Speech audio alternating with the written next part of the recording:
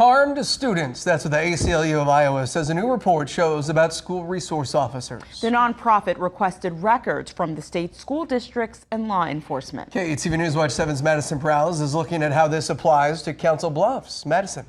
Yeah, Bill Quinicia, the ACLU of Iowa identifies what it calls concerning statewide trends, such as policy or training gaps and racial disparities in student incidents. But I found through the report and from talking to the police department, Council Bluffs SROs don't exactly fit the bill of the trends.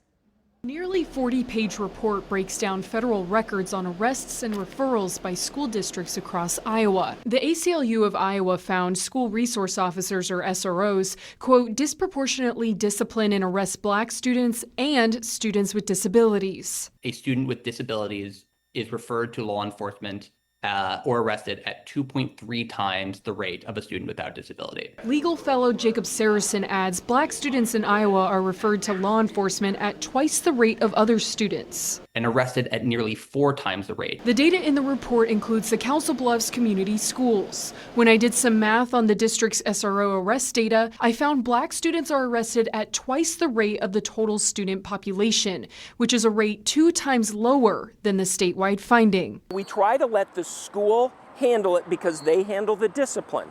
But as far as when it becomes criminal, that's when we step in. Lieutenant Matt Brinkman, who oversees SROs in the Council Bluffs Police Department, says they currently have 6 SROs in Council Bluffs community schools. Brinkman says before officers can walk school hallways, there's a thorough vetting process. They deliver a memo on why they want to be school resource officers. There's interviews with members of the department as well as members of the school department. Lack of SRO training and policies were noted in the report, but CBPD requires a 40-hour training under the National Association of SROs, which goes over school-based policing, youth behavior, and other focuses. Plus, in the middle of June, myself, along with the current SROs, went to a school. It's the SRO conference in Des Moines. He says their SRO's focus is to create a positive relationship with students and to keep the school safe. I've had to go to these schools when some of the officers have been gone for training or something, and these kids come up and say hi and they fist bump and everything.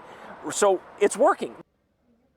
In a statement to KETV, the Council Bluffs Community Schools District talks about its long-standing relationship with CBPD, and as the SROs build relationships with students, and should there be an unfortunate emergency situation, they're trained to respond appropriately. Back to you. It's good to hear, and let's hope it never happens, Madison. Thank you.